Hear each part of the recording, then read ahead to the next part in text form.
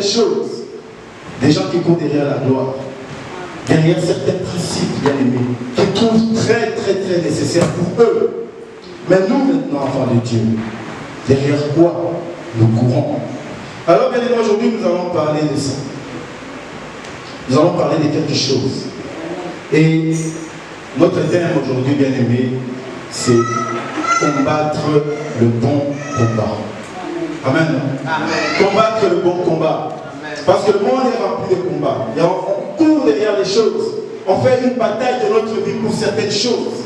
Bien aimé, quand vous regardez, vous marchez dans la rue, vous allez voir, il y a des gens, leur combat, c'est d'avoir juste la gloire. Ils ne cherchent rien d'autre que la gloire. Il y a des gens, quand vous les regardez, leur combat, c'est juste leur famille. C'est le combat de toute leur vie, sa famille. Ils ne voient rien d'autre. D'autres, c'est la richesse. Mais nous, enfants de Dieu, quel est le combat que nous avons? La Bible nous demande de combattre le bon combat. Alors pour ça, nous allons lire un passage. Et nous allons lire dans l'épître, le premier épître de Timothée, la première lettre à Timothée, 1 Timothée chapitre 1. Et nous allons commencer du verset 18 au verset 20. 1 Timothée chapitre 1, à partir du verset 18. Voilà, si vous trouvez, nous pouvons lire. Bien aimé, comme je disais, le monde, bien aimé, le monde, vous allez voir, tout le monde court derrière les choses. Il court toute sa vie. Mais nous, enfants de Dieu, où est-ce que nous sommes? Où est-ce que nous nous retrouvons, nous, dans toutes ces choses, tout ce que nous voyons dans le monde? Lisons, on va si on a trouvé, dans 1 Timothée chapitre 1, et à partir du verset 18. Du verset 18. La Bible dit, le commandement que je t'adresse, Timothée, mon enfant, selon les prophéties faites précédemment à ton égard ou à ton sujet, c'est que d'après elles, tu combattes le bon combat, en gardant la foi et une bonne conscience. Cette conscience, quelques-uns l'ont perdue et ils ont fait naufrage par rapport à la foi. De ces nombres sont Hyménée et Alexandre, que j'ai livrés à Satan, afin qu'ils apprennent à ne pas blasphémer. Amen. Amen. Bien aimé, c'est l'apôtre Paul qui parle. Il écrit à Timothée. Et l'apôtre Paul dit à Timothée, il dit, le commandement que je t'adresse, Timothée, mon enfant, selon les prophéties à ton égard, ça veut dire qu'il y avait déjà des prophéties qui étaient données pour Timothée bien avant. Et Paul vient le rappeler, il lui dit, c'est d'après elle que tu combattes le bon combat. Combat, Timothée, combat le bon combat. C'est comme aujourd'hui, je vous dis, mes frères, mes soeurs, vous qui êtes là, combattez le bon combat. Mais nous allons voir c'est quoi le bon combat. Parce que Paul a dit, mais il faut savoir c'est quoi ce bon combat. Parce que nous sommes dans le monde et il y a tellement de choses autour de nous.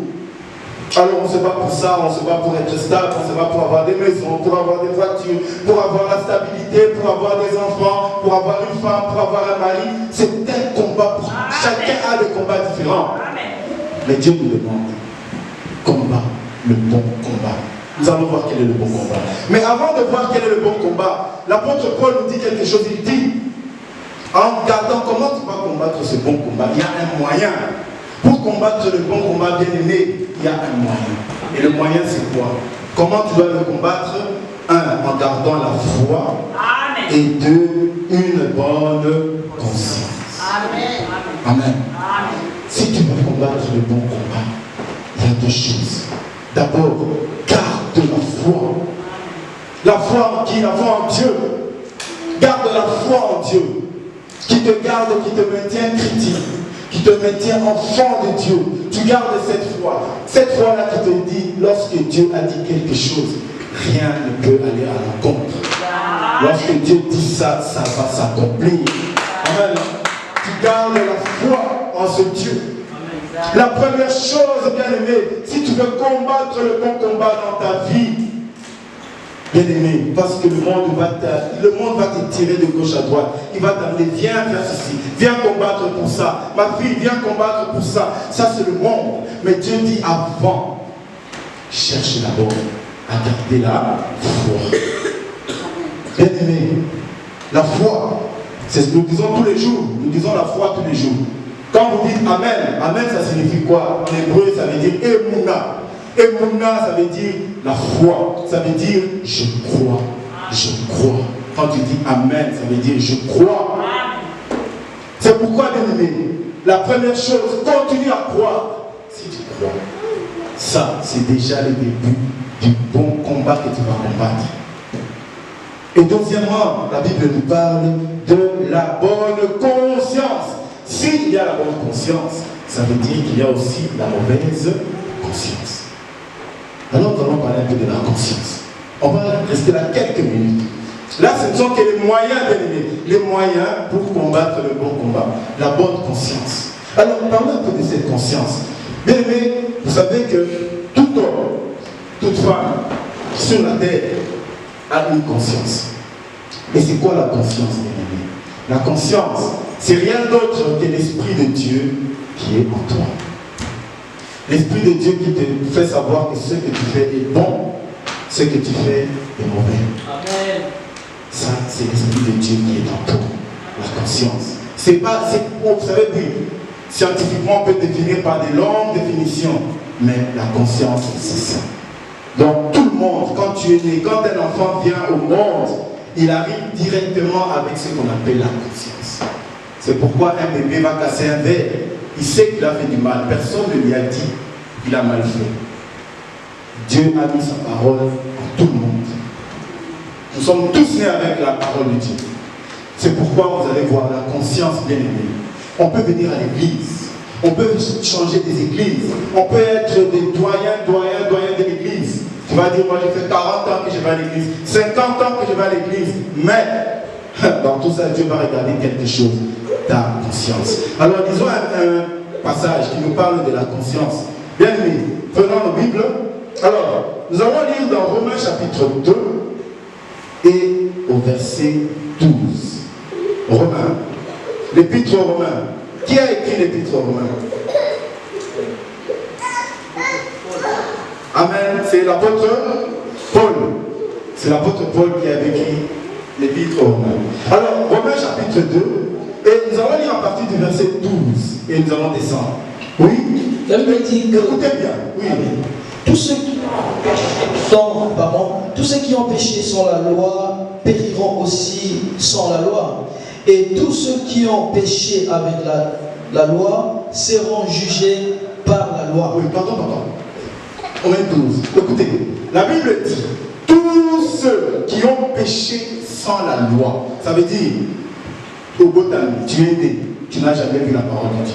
Tu n'as jamais connu la Bible. Tu n'as jamais connu Jésus. Tu n'as jamais connu Dieu. Tu n'as pas connu la Torah. Tu n'as pas connu la parole de Dieu. Ceux-là, c'est ce qu'on appelle ceux qui ont, comment dire, la Bible dit, tous ceux qui ont péché sans la loi. Parce que les gens demandent, avant Jésus, les gens qui étaient avant Jésus, comment ils ont fait? Ils ne seront pas sauvés, ces gens-là, parce qu'ils n'ont pas connu Jésus. Amen. Amen. Alors la Bible dit, tous ceux qui n'ont pas connu la loi de Dieu, qu'est-ce qui va se passer? Nous serons jugés à partir de la loi. Alors papa, maintenant continuons. Oui. 13. Ce ne sont pas en effet ceux qui écoutent la loi qui sont justes devant Dieu, mais ce sont ceux qui la mettent en pratique qui seront justifiés. 14. Quand les païens qui n'ont point la loi font naturellement ce qui est prescrit, la loi, ils sont eux qui n'ont point la loi, une loi pour eux-mêmes. Ils montrent que l'œuvre de la loi est écrite. Oui, papa, avant de continuer le 15, je vais d'abord développer ça. Écoutez, papa, on attend le 15, on va lire tout de suite. La Bible dit, ce ne sont pas en effet ceux qui écoute la loi. Bien aimé, aujourd'hui, quand nous sommes assis là, nous venons écouter la loi. Amen. Amen. Nous écoutons la loi.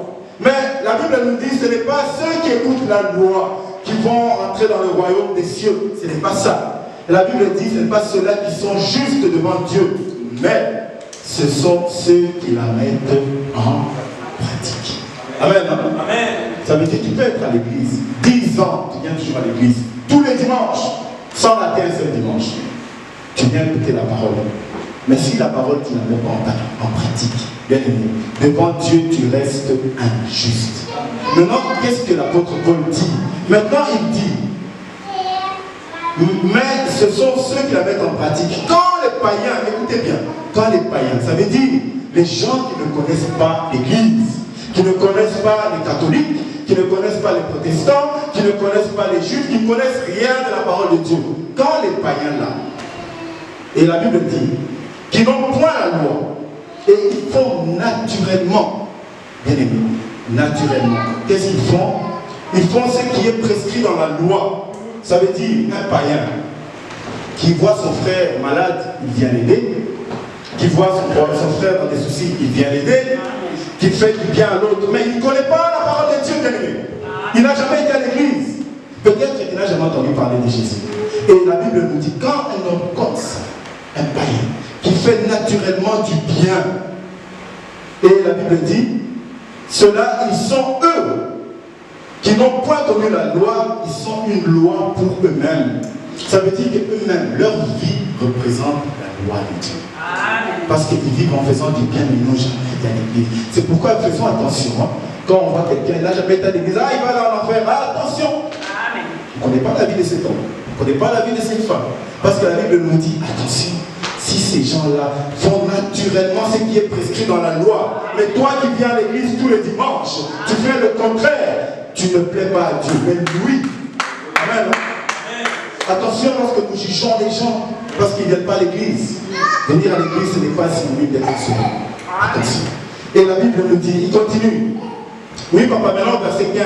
Écoutez maintenant ce que le verset dit, verset 15. Il montre que l'œuvre de la loi est écrite dans leur cœur, leur conscience en rendant témoignage. Ah, papa, on peut s'arrêter là.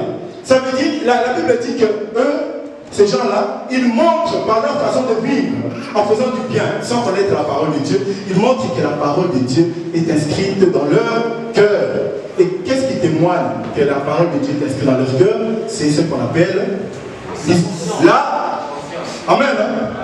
conscience. Bien aimé, la conscience vient seulement témoigner que la parole de Dieu est en toi. Ça veut dire, quand Dieu va te juger, quand la Bible dit, quand Dieu va juger ceux-là, ceux qui n'ont pas connu la loi, ils n'ont pas connu Dieu, ils n'ont pas connu la Bible, Dieu va les juger sur base de la conscience.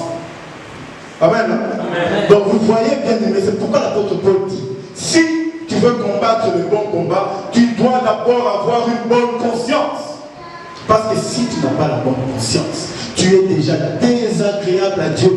Dieu, vous savez, le jour du jugement, Jésus parle dans l'Apocalypse, il dit nulle part, Jésus dit nulle part, que le Père va vous demander combien de fois vous avez été à l'église. Ma soeur, mon frère, tu étais à l'église tous les dimanches, viens dans le royaume. Non. Il va te demander, quand j'avais faim, tu ne m'as pas donné à manger. Quand j'avais soif, tu ne m'as pas donné à boire. Quand j'étais malade, tu n'es pas venu me voir. Quand j'étais en prison, tu ne m'as pas visité. Voilà ce que Dieu va nous demander. Il ne va pas nous demander combien de fois tu étais à l'église. Amen. Amen. L'église, ce n'est pas suffisant. C'est appliquer la parole de Dieu. C'est-à-dire avoir la bonne conscience. C'est-à-dire que lorsque tu fais quelque chose, tu sais que ce que tu fais est conforme à la parole de Dieu. C'est ça la conscience. Amen. Amen. Donc vous voyez l'importance d'avoir une bonne conscience et la foi. Bien aimé, lorsque tu as ces deux choses, maintenant, tu peux combattre le bon combat. Alors aujourd'hui, on vous dit dans les églises, vous allez voir aujourd'hui, viens, tu vas voir, Dieu va te bénir. Tu auras des maisons, tu vas voir. Dieu va te bénir, tu auras une belle voiture. Voilà ce qu'on vante dans les églises. C'est ce qu'on vante dans les églises. Est-ce que pour avoir une belle voiture, tu as besoin d'une bonne conscience? Tous les gens, les brigands, les voleurs, les bandits, les assassins, bien aimés, qui vont voler l'argent, n'est-ce pas qu'ils s'achètent des maisons? Amen. Amen. Ils achètent des maisons. Est-ce qu'ils ont besoin d'une bonne conscience pour acheter une maison? Non. Est-ce qu'on a besoin d'une bonne conscience pour s'acheter une voiture? Quand tu travailles ici, que tu sois brigand ou pas, si tu travailles, tu peux avoir l'argent pour acheter une voiture. Amen. Amen. Alors pourquoi on veut nous vanter ça dans les églises? Que Dieu est là pour te donner une belle maison. La Bible dit cherchez d'abord le royaume. Le reste vous sera donné par-dessus tout. Amen. Par-dessus tout. Alors aujourd'hui on vient nous vanter que voilà, c'est ça. Alors les gens pensent, bien aimés, que le combat de leur vie, c'est ça, que j'ai une belle maison. Et là je vais dire que Dieu m'a béni. Jésus avait une belle maison que Dieu a béni. Pierre, est-ce qu'on a déjà parlé de la maison de Pierre? Il avait une belle maison pour dire que Dieu l'avait béni. Est-ce que Dieu bénit les gens seulement par des matériels? Alors les gens font des mauvais combats, bien aimés. On est dans des mauvais combats. Tu te bats pour l'argent, pour le matériel. Tu te bats et tu dis c'est le combat de ta vie. Parce que Dieu t'a établi, Dieu t'a pas établi pour ça. Combat le bon combat. Amen. Parce qu'aujourd'hui on est dans les très mauvais combats. On est rentré dans les mauvais combats. Des combats qui ne sont pas de Dieu. Et on s'est acharné, on se bloque toute une vie en train de te battre pour ça. Quand tu finis de construire ta maison, tu meurs. À quoi ça sert? On ne dit pas qu'il ne faut pas acheter une maison. On ne dit pas qu'il ne faut pas faire des grands projets, c'est bien. Mais ce n'est pas ça le bon combat. Alors, Dieu nous a donné les moyens, la foi et la bonne conscience. Maintenant, bien aimé, ce bon combat-là, c'est quoi? Amen. Amen. Alors, nous allons lire. Retournons dans 1 Timothée. 1 Timothée chapitre 6. Nous allons lire maintenant c'est quoi le bon combat. 1 Timothée chapitre 6. Au verset 12. Bien aimé, s'il y a des questions, posez s'il vous plaît, parce que, bien aimé, nous avons fait des grosses erreurs. Il y a des gens qui ont passé 10 années de leur vie à se battre pour quelque chose qui ne lui donne pas de gloire. Il se bat pour quelque chose, bien aimé, qui n'a rien à voir avec le combat que le Seigneur demande. Et on est là à l'église, allez-y, faites ceci, vous aurez des biens, vous aurez des richesses. Est-ce que Dieu nous a appelés dans le monde pour avoir que des richesses? Bien aimé, lisons, quel est le bon combat dont on parle? Oui, on va passer. Amen. Amen. Il est dit, combat le bon combat de la foi, oui. Saisis la vie éternelle à laquelle tu as été appelé et pour laquelle tu as fait une belle confession en présence d'un grand nombre de témoins. Amen. Amen. Hein? Amen. Alors maintenant, vous avez lu le passage. Où est le bon combat? Dans la phrase, c'est là. Quel est le bon combat? Disons ensemble. La vie éternelle. Combat, oui. C'est? Mais qu'est-ce qu'il faut faire de la vie éternelle? Ah, amen. Hein? Est-ce qu'on peut acclamer pour la gloire de Dieu? Bien aimé, le bon combat, bien aimé, c'est ça. Il dit combat, le bon combat. Qu'est-ce qu'il dit? Saisis la vie éternelle. Ça veut dire, saisir c'est quoi? Tu tiens ça, tu t'accroches, tu ne lâches pas. Amen. Tu t'accroches à la vie éternelle, tu ne lâches pas, bien aimé. Tu ne lâches pas. Et il fallait comprendre, quand l'apôtre Paul, vous savez, la Bible est tellement précise. Quand la Bible dit saisir, ce n'est pas pour toi. Sinon, accroche-toi à la vie éternelle, ou approche-toi de la vie éternelle, non, saisis. Parce qu'il y a des choses qui vont t'empêcher de saisir. Amen. Amen. Saisir la vie éternelle. C'est ça le bon combat.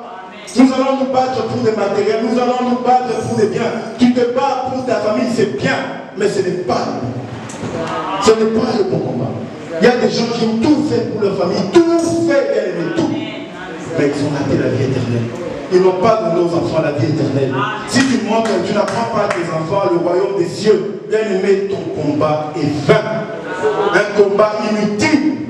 Parce que le bon combat, c'est saisir la vie éternelle. Alors l'apôtre Paul dit à Timothée, combat le bon combat. Parce qu'aujourd'hui, regardons-nous, les serviteurs, le monde des serviteurs aujourd'hui, les serviteurs ont combattu. Ils ont jeûné, ils ont fait des grandes choses pour s'habiller proprement devant les gens. Pour avoir de belles voitures devant les gens. pour avoir des belles maisons et vanter la gloire de Dieu avec des maisons, comme si les païens n'avaient pas de belles maisons, comme si les païens n'avaient pas de beaux vêtements. Bien aimé, si on vante Dieu, parce que Dieu nous a donné des belles maisons, alors bien aimé, allons dans le monde. Allons dans le monde, parce que c'est là où il y a des belles maisons. C'est là où vous allez trouver, bien aimé, ces Illuminati, tous ces gens-là avec des maisons incroyables. Si c'est ça la gloire de Dieu, retournons dans le monde. On va vanter le matériel dans l'église. Dieu ne nous appelle pas pour ça. Dieu dit, combat le bon combat, saisis la vie éternelle. Si tu rates la vie éternelle, tu peux tout gagner. Mon frère, ma soeur, gagne tout. Gagne tout. Tu peux tout gagner. Gagne. Mais la fin, la Bible nous dit, il vaut mieux la fin de toutes choses qui sont commencées. On a vu les riches et Lazare. Lazare qui était pauvre et le riche qui était là. Quand il vivait, il avait tout, il manquait de rien. Mais lorsqu'il est mort, la Bible nous dit, Lazare s'est trouvé dans le sein d'Abraham, dans le lieu de repos. Il est riche dans le lieu de tourment. Ils ont le prophète, ils ont Moïse, ça veut dire qu'ils ont la parole de Dieu. Qu'ils écoutent la parole de Dieu. Amen. Nous avons la grâce d'écouter la parole de Dieu. Alors, bien aimé, ce que nous devons saisir, ce n'est pas le matériel. Dieu ne t'a pas amené à l'église, mais Dieu ne t'a pas appelé ici. Est-ce qu'avant de venir à l'église, tu ne t'habillais pas? Est-ce qu'avant de venir à l'église, tu ne mangeais pas? Bien aimé, Dieu ne t'a pas appelé à l'église parce que c'est quand tu viendras à l'église que tu vas manger. Une chose, tu auras la vie éternelle. Et quand tu as la vie éternelle, bien aimé, Dieu va t'accompagner de toutes tes grâces. Quand tu as faim, il va te nourrir. Quand tu n'es pas habillé, il va t'habiller. Quand tu n'as pas de maison, il va te donner la vie. Tout ça, c'est après avoir saisi la vie éternelle. Bien aimé, on vient dans les églises, les gens viennent, ils ne changent pas. On vient dans les églises, des années et des années, des années et des années. Tu ne changes pas. Alors dis-nous derrière quoi tu cours, c'est quoi ton combat? Parce que si ton combat c'est la vie éternelle, tu devrais déjà changer. Tu vas toujours être à l'église, les mêmes péchés, les mêmes problèmes, des années et des années. Mais tu es à l'église. Quel est ton combat? Parce que nous, la Bible nous demande de saisir la vie éternelle, c'est ça le vrai combat. Alors si notre vie, nous marchons pour chercher autre chose que la vie éternelle, bien aimé, il est temps de faire demi-tour. Il est temps de faire demi-tour, retourner vers la bonne voie, parce que là, on est en train de se perdre. Et les gens font des bonnes choses, bien aimé, sous prétexte que Dieu les a envoyés. Tu vas te battre toute ta vie, je peux construire une méga church, église de 8 000 personnes, 10 000 personnes, c'est bien. Est-ce que c'est ça le combat de ta vie? Quand vous allez en Corée, c'est quoi, c'est en Corée du Sud, il y a la plus grande église du monde. C'est combien? 800 000 places.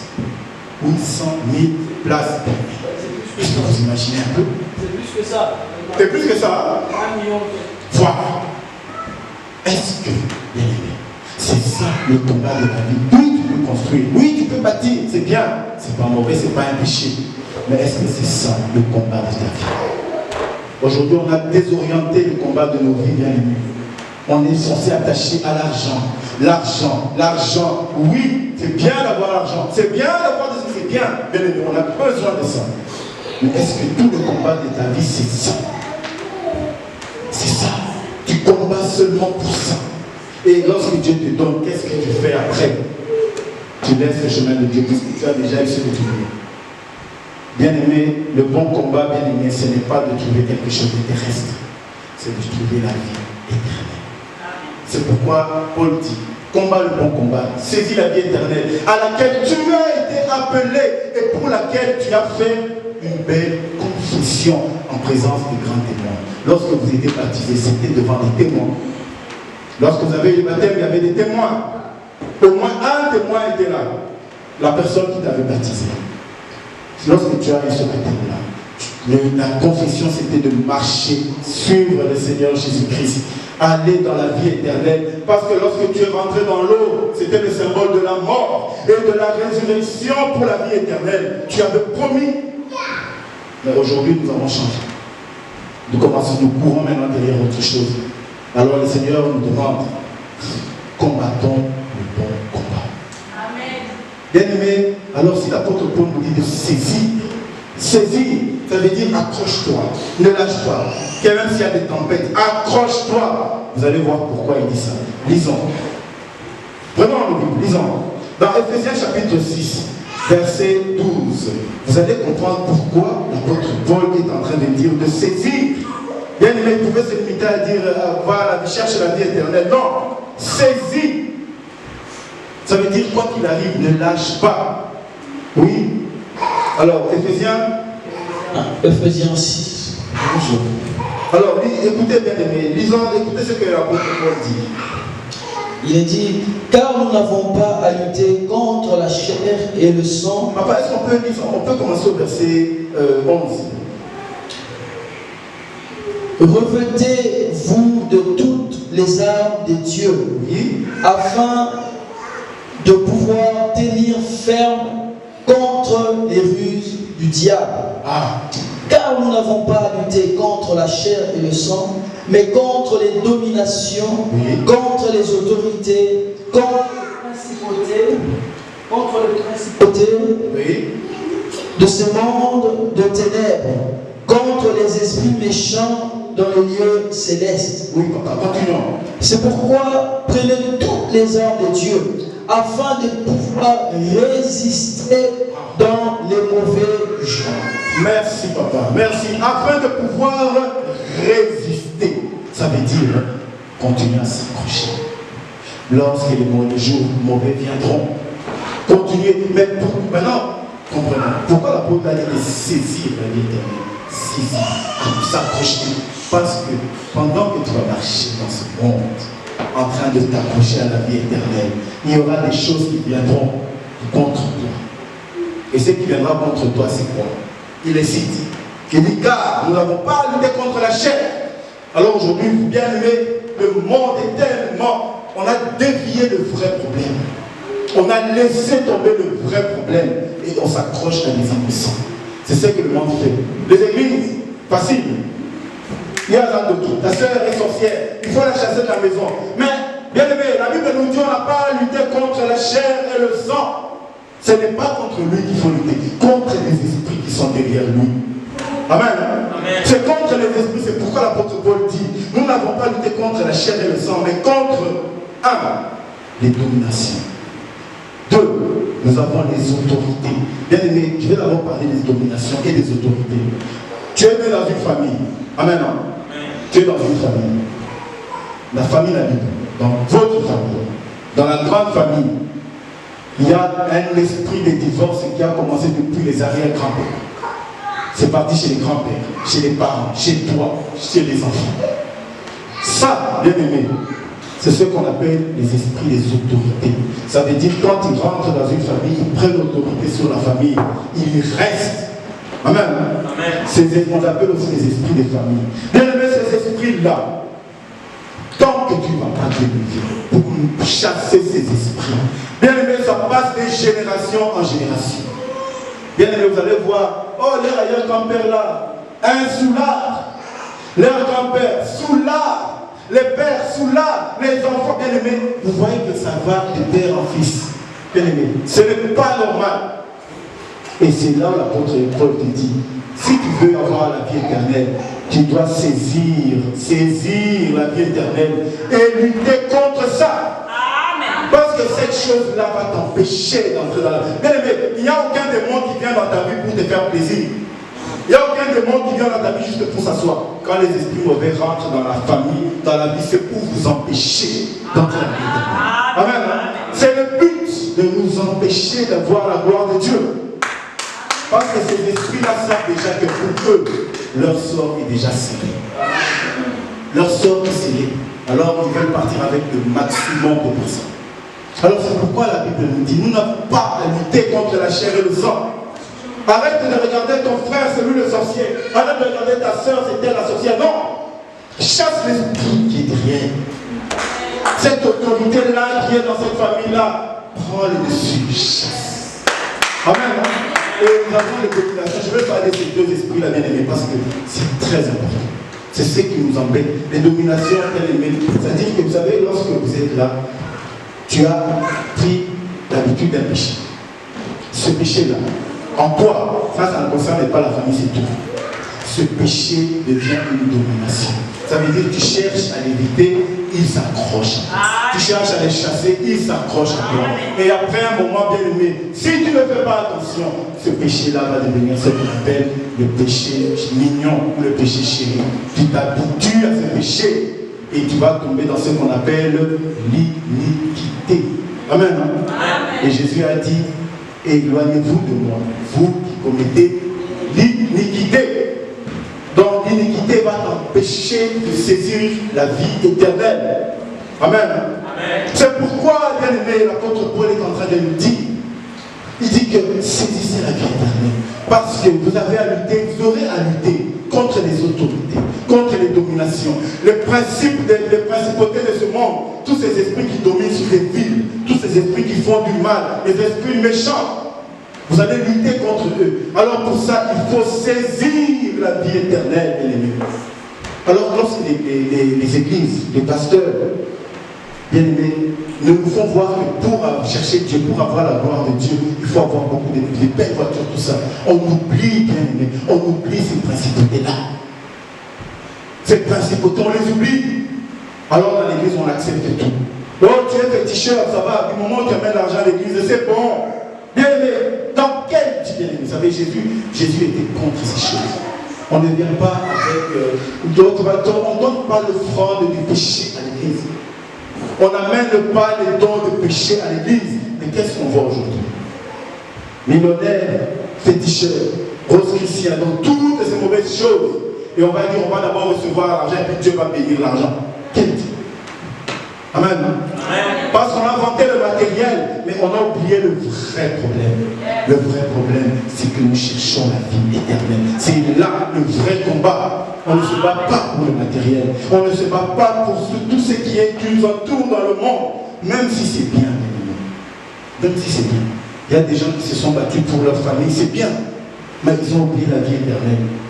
Ils iront bien aimés. Ils seront perdus. Pas parce qu'ils ont essayé de sauver leur famille, mais ils ont oublié la vie éternelle. Le meilleur moyen de sauver ta famille, bien aimée, c'est de maintenir ta famille dans la présence de Dieu. Il n'y a pas un autre moyen. Tu peux donner tout aux enfants, des Nintendo, des jeux, tout ce que tu veux. Mais si les enfants là ne connaissent pas la voix du Seigneur, bien aimé, tu n'as rien fait. Tu n'as rien fait. Alors nous allons dans des combats vains, des combats inutiles. Combattons le bon combat, bien aimé. Combattons le bon combat. Si on continue à se battre pour rien, bien aimé, les résultats, ça sera le néant. Le néant. Regardez, on a des exemples au Congo. On a eu des présidents. On a vu les enfants de ces présidents. Après la mort de leur père, qu'est-ce qu'ils sont devenus? Amen. Amen. Qu'est-ce qu'ils sont devenus? Qu'est-ce qu'on leur avait donné? On leur avait donné des richesses, des bonnes choses. Mais on avait oublié le bon combat. Enfants de Dieu, il est temps de combattre le bon combat maintenant. Combattons le bon combat. Arrêtons de querer l'inutile. Arrêtons de qualifier les autres. Les mauvais, c'est eux. Les sorciers, c'est eux. Les démons, c'est eux. Non, bien aimé.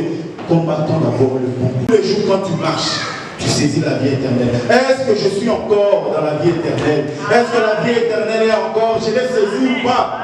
C'est ça le combat de tous les jours. L'objectif, tous les jours, tu dois savoir, est-ce que j'ai saisi le bon combat? Est-ce que j'ai saisi cette vie? Pas venir à l'église seulement, bien aimé. Ce n'est pas les bancs de l'église qui vont vous amener au paradis. Tu viens à l'église, tu ne changes pas. Tu viens une année, tu ne changes pas. 2 ans, tu ne changes pas. 3 ans, ça ne change pas. Bien aimé, quel combat? Quel est ton combat? Aujourd'hui, le Seigneur nous demande de regarder. Regarde dans ta vie et demande-toi, pose-toi la question. Quel est mon combat? Quel est mon combat? Est-ce que je n'ai pas oublié l'essentiel? Je ne peux pas pour des bonnes choses que je trouve beaux dans le monde, mais est-ce que je n'ai pas oublié l'essentiel? Amen. Amen. Bien aimé, on peut tout faire. La Bible nous dit tout est permis, mais tout n'est pas utile. Il y a des combats, bien aimés, qui nous prennent tout, donc toute notre énergie. Toute notre énergie. Tu te bats pour quelque chose, mais à la fin, regarde, est-ce que c'est ça le combat de ta vie? Vous savez, il y a des dessins, des fois, des caricatures qu'on voit sur Internet, mais c'est tellement vrai. On voit des gens, ils étaient jeunes, alors qu'est-ce qu'il fait? Il court derrière l'argent, il attrape un billet, il attrape un billet. Je ne sais pas si vous avez déjà vu ça. Il attrape le deuxième billet, il remplit ses poches avec des billets d'argent. Et quand il prend le dernier billet, qu'est-ce qu'il attend là-bas? C'est la tombe. Amen. Amen. Il y a des gens qui ont couru toute leur vie jusqu'à aller mourir sans être satisfaits de ce qu'ils cherchaient. Amen. Amen. C'est pourquoi la Bible te dit quelque part, jouis de la vie. Jouis de ce que Dieu te donne. Content de ce que Dieu te donne. Parce que le vrai combat, c'est la vie éternelle. Alors arrête de souffrir. Tu souffres parce que, oh là, je dois gagner. Je dois. Non, ce n'est pas encore assez. Je dois. Bien aimé, un moment, jouis de la vie que Dieu t'a donnée. Jouis de la vie que Dieu t'a donnée. On se bat pour des choses inutiles. On se bat pour des choses inutiles. Ça nous épuise, ça nous fatigue. Mais le Seigneur te dit, combat le bon combat. Parce que devant toi, il y aura des autorités, il y aura des dominations, toutes ces choses. C'est ça qui veut t'empêcher d'aller d'avoir la vie éternelle. Alors, combat pour la vie éternelle contre ces choses-là. Que ces choses s'éloignent de toi, de tes enfants, de ta famille. Et là, tu trouves la paix. Ce n'est pas dans le matériel. Ce n'est pas dans le matériel. Qu'on arrête de prêcher les gens dans les églises, que c'est le matériel qui fait notre bonheur. Parce que ceux qui ont du matériel divorcent. Ceux qui ont du matériel se suicident. Ceux qui ont de l'argent, vous n'avez pas dit les millionnaires, se suicider. Mais il a tout, pourquoi il va se suicider? On a vu des millionnaires divorcés. Mais ils ont tout. Donc pour comprendre que le bonheur ne se trouve pas dans ce qu'on est en train de vanter dans les églises, on doit arrêter. Bien aimé, le temps de la fin arrive. Le temps dur arrive. Le temps de la récompense aussi arrive. La vie éternelle arrive. Alors le Seigneur nous demande de saisir. Ça doit être entre nos mains. Nous devons saisir. Si nous ne saisissons pas, nous allons être à côté. Et bien aimé, il n'y a pas pire. J'ai toujours dit ça. Il n'y a pas pire qu'avoir été ici à l'église pendant des années. D'avoir servi à l'église pendant des années. Et ce jour-là, le dernier jour, lors du jugement, Christ te dit, éloigne-toi de moi, je ne t'ai jamais connu. Bien aimé. Tu vas penser à comment tu jouais à la guitare, comment tu jouais au synthé, comment tu prêchais, comment tu étais présent à l'église, comment tu ne voulais même pas dormir pour écouter la parole. Mais ce jour-là, Jésus qui te dit, je ne t'ai jamais connu. Parce que tu es resté dans ce monde combattre le mauvais combat. Il est temps de chercher à combattre le bon combat. Combattez le bon combat. Regarde-toi aujourd'hui, regarde ta vie là, maintenant. Là. Si Christ revient maintenant, tout de suite là, à la seconde où je parle, qu'est-ce que tu as combattu? Qu'est-ce qui t'attend? Arrêtons de chercher à combattre le mauvais combat, bien aimé. Le monde va nous donner plein de choses qui paraissent beaux de vue. Mais est-ce que c'est ça qui va construire notre foi? Je vais clôturer en lisant un passage. 2 Timothée chapitre 4 au verset 7. 2 Timothée chapitre 4 et c'est l'apôtre Paul qui parle. 2 Timothée chapitre 4 verset 7. L'apôtre Paul dit, oui. J'ai combattu le bon combat, j'ai achevé la course, j'ai gardé la foi. Amen. Désormais, la couronne de justice m'est réservée. Le Seigneur, le juste juge, me le donnera dans ces jours-là. Et non seulement à moi, mais encore à tous ceux qui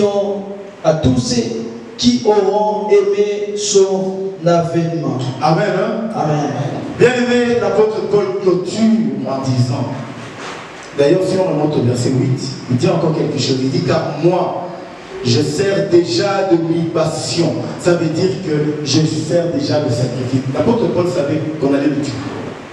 Il savait que pour lui c'était fini. Sa mission était finie. L'apôtre Paul savait. Et il dit que moi maintenant je sers de libation. Ça veut dire que je sers d'exécution, de sacrifice. Bientôt pour moi c'est fini. Mais alors il dit moi j'ai combattu le bon combat. J'ai achevé ma course et j'ai gardé la foi. Bien aimé. Vous savez, on avait vu tout à l'heure, l'apôtre Paul disait qu'il y avait une aînée qu'il avait livré à Satan. Pourquoi il avait livré à Satan? Parce que cet homme connaissait Dieu. Il a fait des œuvres de Dieu. Il a servi Dieu. Et après un moment, bien aimé, la conscience est tombée. La conscience. Parce qu'il faut savoir, si le Seigneur nous dit de faire attention aux principautés, aux dominations, parce que ces esprits-là viennent toucher ta conscience. Et quand ils touchent ta conscience, tu ne sais plus que ce que je fais, c'est du mal, mais non, mais je peux quand même faire, c'est pas grave. La conscience est corrompue. Et lorsque la conscience est corrompue, bien aimé, c'est la chute. Amen. Et lorsque tu chutes, bien aimé, c'est la destruction. C'est pourquoi, bien aimé, la conscience. La conscience. Marchez tous les jours selon la conscience, la parole de Dieu qui est en nous. Alors l'apôtre Paul dit que moi, j'ai marché dans ce monde, j'ai combattu le bon combat, j'ai achevé ma course et j'ai gardé ma foi. Parce que d'autres sont arrivés à la fin de leur vie, ils ont perdu la foi. Vous connaissez certainement des gens qui étaient des grands serviteurs, des bons serviteurs, et aujourd'hui ils ont abandonné la foi jusqu'au point de dire que Dieu n'existe pas, que le Saint-Esprit n'existe pas. Bien-aimés, nous allons, bien-aimés, tous les jours, nous nous approchons de l'achèvement de notre course. Est-ce que nous gardons la foi? Alors regarde-toi aujourd'hui, est-ce que tu peux dire, en citant ton nom, tu te dis, moi, Papa Eric, au moi tel, j'ai combattu le bon combat. Quand tu te regardes, quand nous nous regardons aujourd'hui, est-ce que nous pouvons dire comme l'apôtre Paul que nous avons combattu le bon combat? Ou alors nous avons combattu le combat de la chair, le combat de l'argent, le combat du matériel, le combat des biens de la terre? Est-ce que nous avons combattu le bon combat ou nous avons combattu les combats charnels qui sont vains, qui nous conduisent à rien? Réveillons-nous. Réveillons-nous. Réveillons-nous. Parce que les temps arrivent. Christ n'a plus rien à attendre aujourd'hui. Toutes les prophéties avant la revenue de Christ sont déjà accomplies. Il n'y a plus de prophéties qu'on attend. Toutes les prophéties sont faites. La dernière prophétie, c'était qu'Israël sera dans sa terre. Aujourd'hui, Israël se trouve dans son pays. Amen. Amen. Ça veut dire qu'il n'y a plus rien à attendre. Jésus peut revenir aujourd'hui.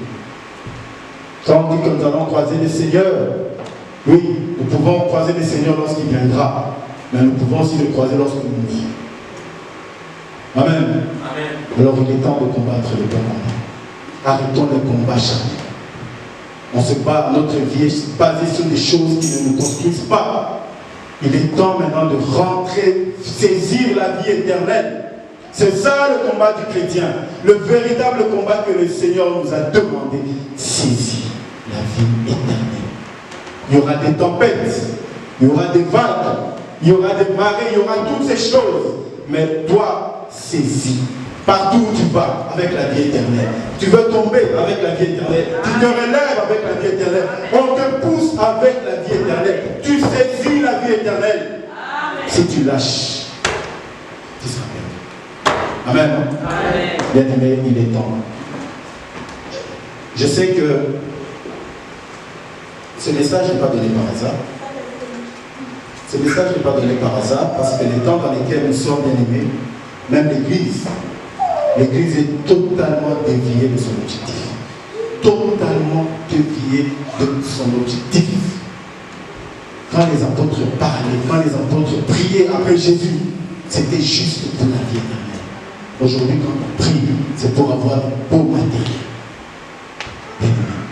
On a l'Église à dévier. Il est temps pour l'Église de retourner dans la bonne voie et de sauver les âmes.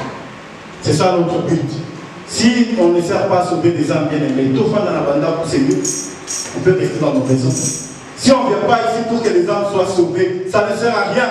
Ne viens pas à l'église et rester comme tu es des années. parce qu'un jour ça va s'arrêter. Un jour ta vie va s'arrêter. Un jour Christ reviendra. Alors est-ce que tu as combattu le bon combat? Amen. Amen. Voilà, bien-aimés, que Dieu vous bénisse.